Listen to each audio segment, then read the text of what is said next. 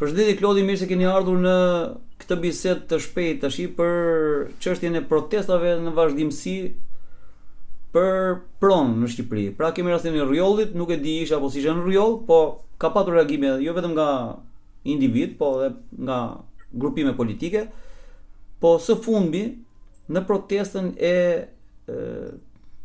Pishporës, në rregull, me një angazhim edhe të shoqërisë civile, po themin e të shoqatave të ndryshme të cilat merren me mjedisin. Cili është mendimi juaj, edhe si pjesëmarrës në protestë dhe si qytetar, edhe në fund fare pastaj si një pjesë e grupimit politik të cilit i përkisni? Përshëndetje dhe të falenderoj pikë së pari për ftesën Artur. Sigurisht kam qenë shumë i cëndruar të protestave, jo vetëm në Pishporë, kam qenë edhe në Dukat, kam qenë edhe në Kulari, edhe kudo ku si aktivist dhe përfaqësues i lëvizjes bashkë, kudo ku qytetarët po protestojnë kundër shpronësimit me dhunë nga pasuritë e tyre të përbashkëta natyrore ose edhe private që po bëhet nga shteti shqiptar në funksion të oligarkëve, ose shërbimit ndaj oligarkëve dhe kapitalit të madh. Isha edhe në Pishporë, në protestën e Pishporës dhe të them drejtën mbresa ose përshtypja e parë ishte i farë mrekullimi, pavarësisht se jam qytetar i Republikës së Shqipërisë, nuk isha qenë asnjëherë aty, çka tregon se Abdheu për ditë më tepër po zvoglohet për njerëz, përsa kohë ti nuk viziton ose nuk e njeh territori 28000 km2, se ne nuk kemi edhe shumë, nuk e njeh mirë, tregon se edhe mobiliteti social është i kufizuar për qytetarin vendas shqiptar, një shtet në cilin qeveria po mburr ose propagandon gjithkohës se si ngre, domethënë numëron turistët në kufi, edhe tregon se si Shqipëria në fakt është kthyer vetëm një farë parajse të vogël për turistët, ndërkohë që për qytetarët vendas vazhdon mbetet i tokë e mohuar ose i tokë e ndaluar. Ajo që përfundon në Pishporë është skandaloze, është e papranueshme, e në sot pavarësisht se 600 hektar atje nga territoret më të vyera edhe nga pasuritë më të jashtëzakonshme të Republikës së Shqipërisë ishte garduar, rreth 600 hektar ishin garduar, edhe sot që flasim Këshilli Kombëtar i Territorit edhe i ujërave nuk ka një dokument zyrtar i cili e lejon fillimin e punimeve atje. Pra jemi në kushtet e paligjshmërisë së plotë dhe thjesht zgjohemi ditë dhe shohim se territori ynë, i cili deri dje qytetarët të venit na përkiste, edhe kishim drejtën që ta aksesonim, shkonim, ta vizitonim, pam se si ishte i rrethuar. Po paligjshmëria vazhdon edhe më tej, kur shohim se si kompanitë të cilat janë të non kontraktuara për të ndërtuar rreth 10.000 dhoma ose apartamente atje janë po kështu fantazëm me qasë regjistruar në parajsa fiskale nga pronar dyshim, ca thonë bullgar, ca thonë të etnive të tjera. Vetëm në Shqipëri mund ndodh që territori ynë ose një nga asetet më të vlefshme të territorit ton të gardohet, të futen makineri të rënda, të fillojnë punimet dhe të mos ketë asnjë dokument zyrtar i cili e lejon këtë të paktën publikuar, se ne nuk e dimë se çfarë ndodh nëpër korridoret e pushtetit, nuk kemi një pronar të qartë, që ta dimë se cili është pronari dhe cila janë kompanitë të cilat e kanë marrë përsipër ndërtimin në këtë territor. Shohim se si kryeministri ynë jep territore, fal territore, pa asnjë dëgjes publike, pas një referendum lokal, pa pyet pothuajse askënd. Dhe jep to territore për interesa afatshkurtë dhe të paqëndrueshme geopolitike, tek siç e kemi pa, tek Kushner dhe tek familja e vajzës presidentit aktual amerikan Donald Trump. I njëjti, po unë nuk mendoj se ky është vetëm problem i qytetarëve në Pishporë ose i banorëve përreth fshatrave të Pishporës. Njëjtin probleme kemi pa edhe tek banorët e Rjollit. Njëjtin probleme kemi pa edhe se si banorët e Traxhasit edhe Dukatit po dhunohen, qoftë nga policia e shtetit, qoftë nga policia private për t'ju vjedhur ujtin. Këtë fenomene kemi pa edhe në fshatrat e Kularisë, nëpër veri. Këtë do ta shohim edhe me ligjin e ri të paketës së maleve, e cila nuk do bëjë gjë tjetër përveç se do t'ja japë ose privatit atë çfarë konsiderohet si pronë përbashkët natyrore si mali, si ujërat, si fushat, lëndinat, edhe pjesët strategjike të natyrës sonë, duke cënuar edhe jo vetëm ekzistencën e komuniteteve tëra, fshatrave tëra, të cilat janë ndërtuar aty për qindra vitesh pikërisht për shkak të malit, ujit, edhe të asaj ekonomisë bujësore edhe plektorale, po duke cënuar ato që quhet e drejta historike. Pra, aty kemi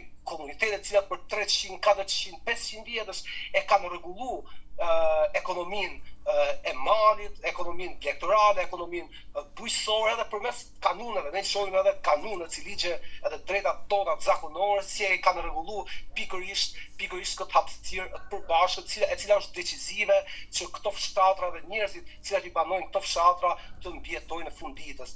Në Shqipëri po ndodh, Artur, i proces i cili është sa apartheid sociale kam quajtur, aq edhe projekt kolonial. Apartheid social sepse ne jemi një pikë ku pushteti po ndërton në mënyrë të dhunshme edhe klasat sociale. Sot i forti, milioneri, oligarku, pa ligj, duke pas edhe policinë edhe organet shtetërore në shërbimin e tij, po privatizon territore të mëdha, po privatizon para nga arka publike, po privatizon male, fusha, lumej, vi bregdetare. Dhe në anën tjetër shohim qytetarët e zakonshëm të këtij vendi, të cilët po shpronsohen me dhunë, pa i pyetur askush, dhe të cilët nëse do të ndërtonin një gard pa patur një leje paraprakisht nga bashkia ose nga policia, do të shkonin drejtën e mburg.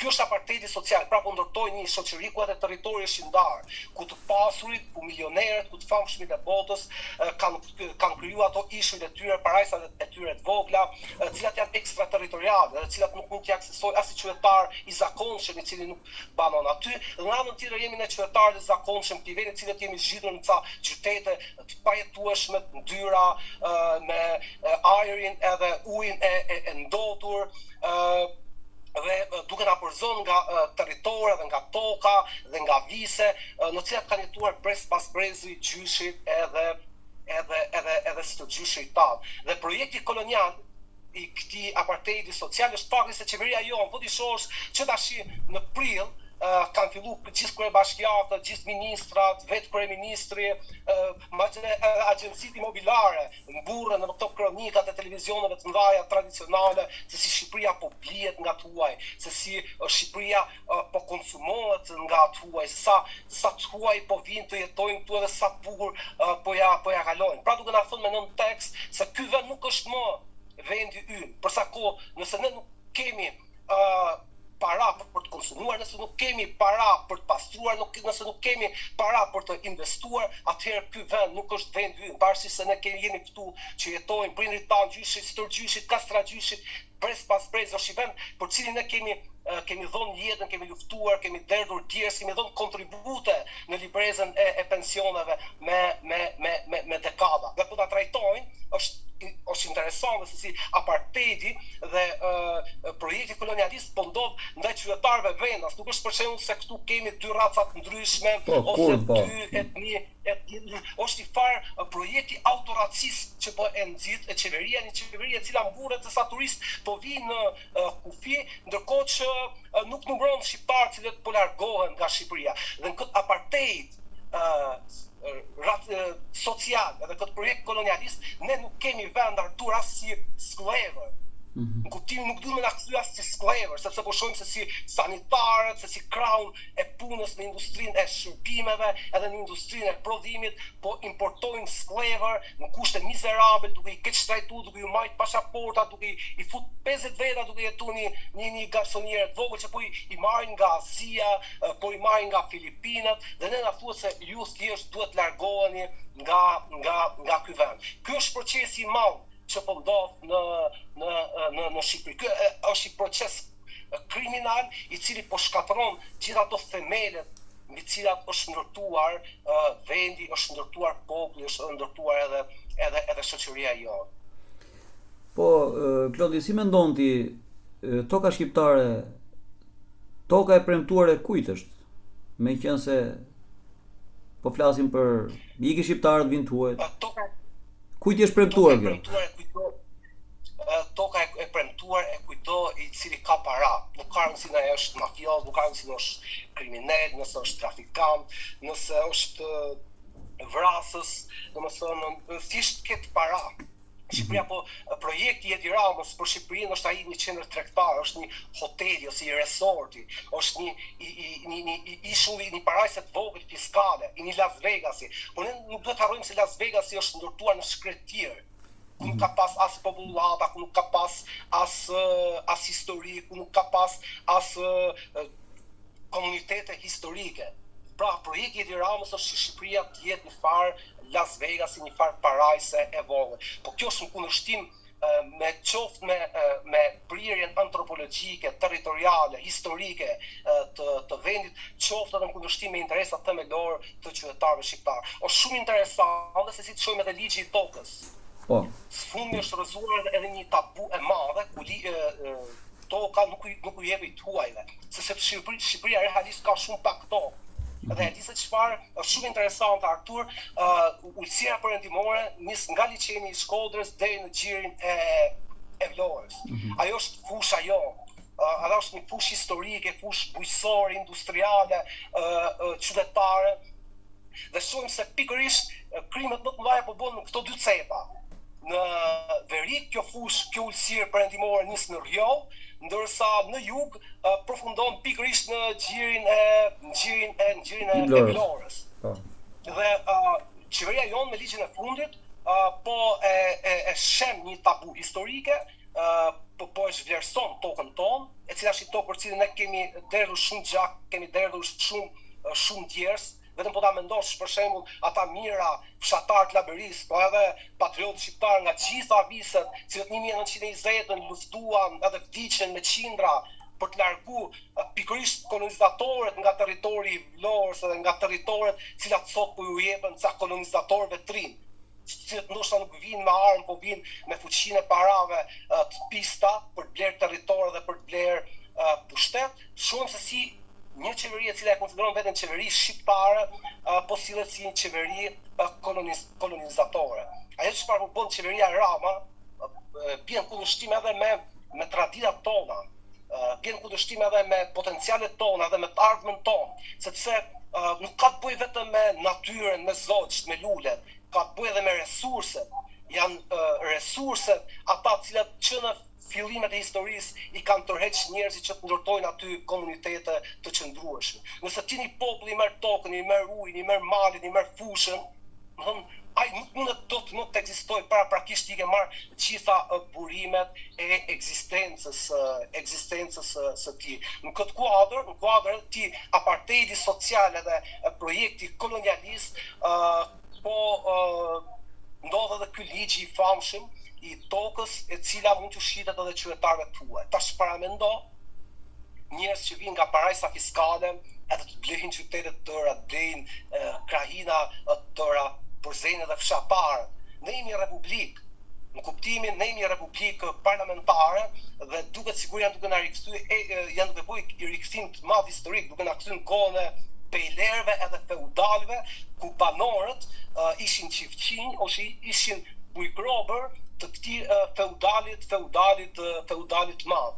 Po kjo bën kundërshtim edhe me vetë themelet e regjimit politik në cilin jetojmë sot, që është republika, edhe që nuk i njeh realisht këta feudal të mëdhenj edhe të rinj, cilët po privatizojnë pikat kyçe edhe resurset kyçe të vendit tonë. Unë nuk mendoj se ky është një komplot ndërkombëtar, edhe ka njerëz që e nxjerrin në fusin konspirativizmin në këtë mes, por mendoj se është rezultat logjik i gjithë këtij procesit dhunshëm, primitiv, akumulues të qeverisë, e cila do të ndërtoj klasa sociale, do të ndërtoj lord dhe fakir, do të ndërtoj një shoqëri ku ka feudal edhe bujkrobër, ku ka kulla, qindra katëshe dhe njerëz që me zi mbyllin muajin edhe punojnë për të paguar qerat. Po kjo në fund ditës e shkatërron një shoqëri.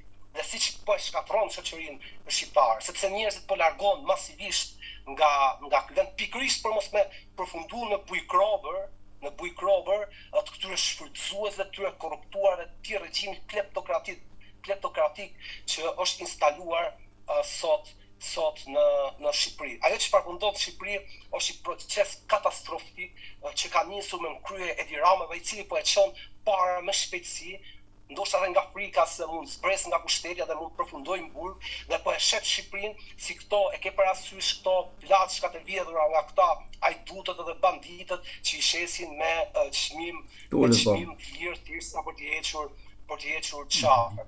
Po Shqipëria është e jona, Shqipëria nuk është e Edi Ramës. Dhe qeverisja e tij po shkon drejt deri në kufin e tradhtisë kombëtare. Dhe këtë nuk e them për efekt retorik. Ky është rezultat logjik i qeverisjes së tij. Ke elementet e tradhtisë kombëtare.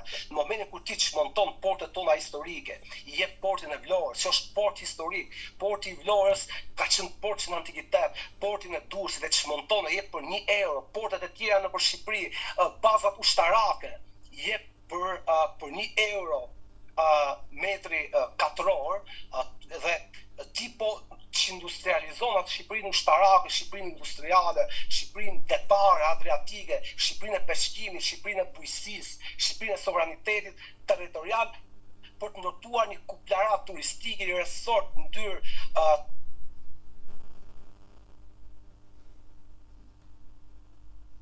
shqiptar ja bën disi halal, po është thjesht në funksion të një projekti pervers, kolonialist të turistifikimit, në funksion turizmit, po dhe një turizmi që është turizëm për më të pasur dhe njerëzit më problematik të kësaj bote. Klodi, si shikon ti këtë ndjenjën e protestës? Kanë shqiptarët ende energji për të protestuar? Sigurisht që kanë shqiptarët, në fakt janë të lodhë, janë të shkënjym, ndjen të mashtruar, ndjen pesimistë dhe fatalistë për të ardhmen, por sigurisht që do të ketë rezistencë fuqishme nga ana e tyre. Sepse aty ku ka njerëz, aty ku ka dhe padrejtësi, aty do të ketë edhe rezistencë. Është ligj historik, është ligj natyror. Nuk ka se si të ndodhë ndryshe. Unë po dëgjoja edhe Pishporo fjalimin që mbajti i vajzë. Ai ishte asishte 16 ose 17 vjeçë. Ai nuk ishte fjalimi i vajzë, ai ishte fjalimi i një vendi, i një populli, i cili domethënë ndaj këtij procesi shkatërrimtar që ka nisur edhe po çohet me shpejtësi para në Shqipëri. Si shqiptarët duhet kuptojnë se nuk duhet me reagu vetëm kur vjen halli tek ti. Unë mendoj se ata banorët e Rriollit nuk e kanë pas mendu kur kanë ndodhur prishje ta zejnë kur janë rrallë banorët në Dukat ose kur janë prishur shtëpitë e banorëve në 5 Maj në Tiranë, nuk e kanë menduar se do t'ju vi në një ditë hallit tek dera e tyre. Por në këtë proces që ka nisur, askush nuk do shpëtoj pa i trokitur tek dera. Në një rrugë a në një tjetër, gjithë do të na trokasin tek dera, Artur. Dhe sa më shpejt ta kuptojmë këtë gjë, aq më mirë do jetë për gjithë ne. E dyta, ne duhet edhe nuk mjafton vetëm një protestë, nuk mjafton vetëm të ketë ndryshim qeverie. Edhe nëse lëvizja bashkë vjen pushtet nuk është prapë mjaftueshme. Duhet të ketë zgjim shpirtëror, duhet të ketë çlirim mendor, domethënë nga qytetarët e këtij vendi.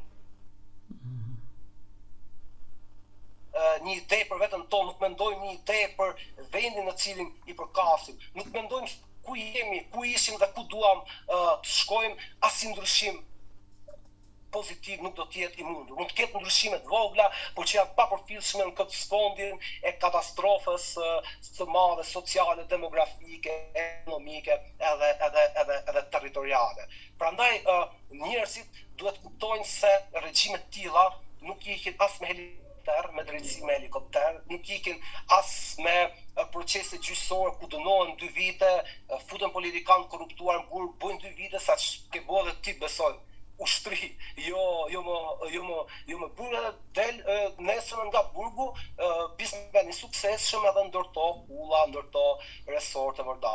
Nuk do të ketë asnjë ndryshim pozitiv nëse këtu nuk ndryshon modeli ekonomik, modeli qytetar, modeli ku parat e pista nuk do jenë më motori i ekonomisë, po do jetë puna, do jetë bujqësia, industria, profesioni, teknologjia, inovacioni, vetëm këto shkel industria dhe këto i kanë ngrit vendet perëndimore dhe i kanë zhvillu ato. Jo paraja e pisët. Paraja e pisët, Artur, po i shkatron themelet e këtij vendi. Paraja e pisët po shkatron mbi gjithë edhe sistemin e vlerave. Pra gjithë vlerat me cilat kemi mbajtur gjenerata jonë, që duhet të bëjmë shkollë, duhet të kemi profesion, duhet të martohemi me dashuri, duhet të ndërtojmë i familje të shëndetshme, duhet të rrimë dhe ta duam vendin tonë, sot nuk vlejnë më.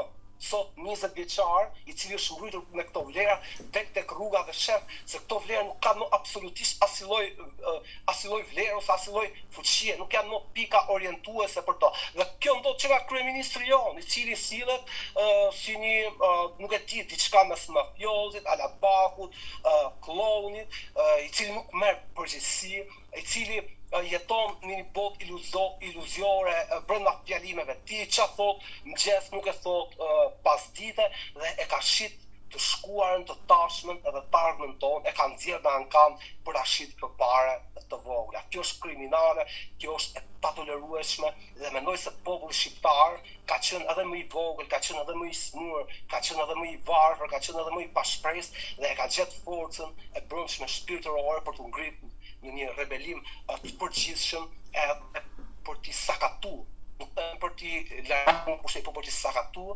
këto forca dhe aleancë antihistorike midis qeverisë, midis oligarkëve, krimit përkuar, edhe mujsharëve dhe matrapasëve nga gjithë bota në kurrizë të fatave historike të popullit shqiptar. Mendoj se shqiptarët kanë atë forcë, kanë atë inteligjencë, kanë atë fuqi shpirtërore sa për të ngritur edhe një herë në kohë. Klodi, i tham gjitha, shumë pak janë pa thënë, po një mesazh për publikun, për çështjen, për këtë aktualitetin, protestën, padrejtësinë sociale, çfarë mesazhi ka Klodi?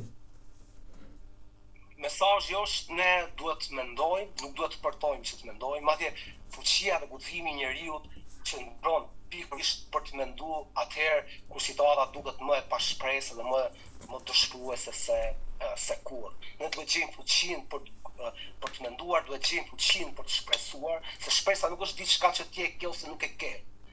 Shpresa nuk vjen as nga qielli, as nuk e gjen në rrugë. Shpresat e ndërtojnë njerëzit bashkërisht, fillimisht tek vetja e vet, pastaj me të tjerë.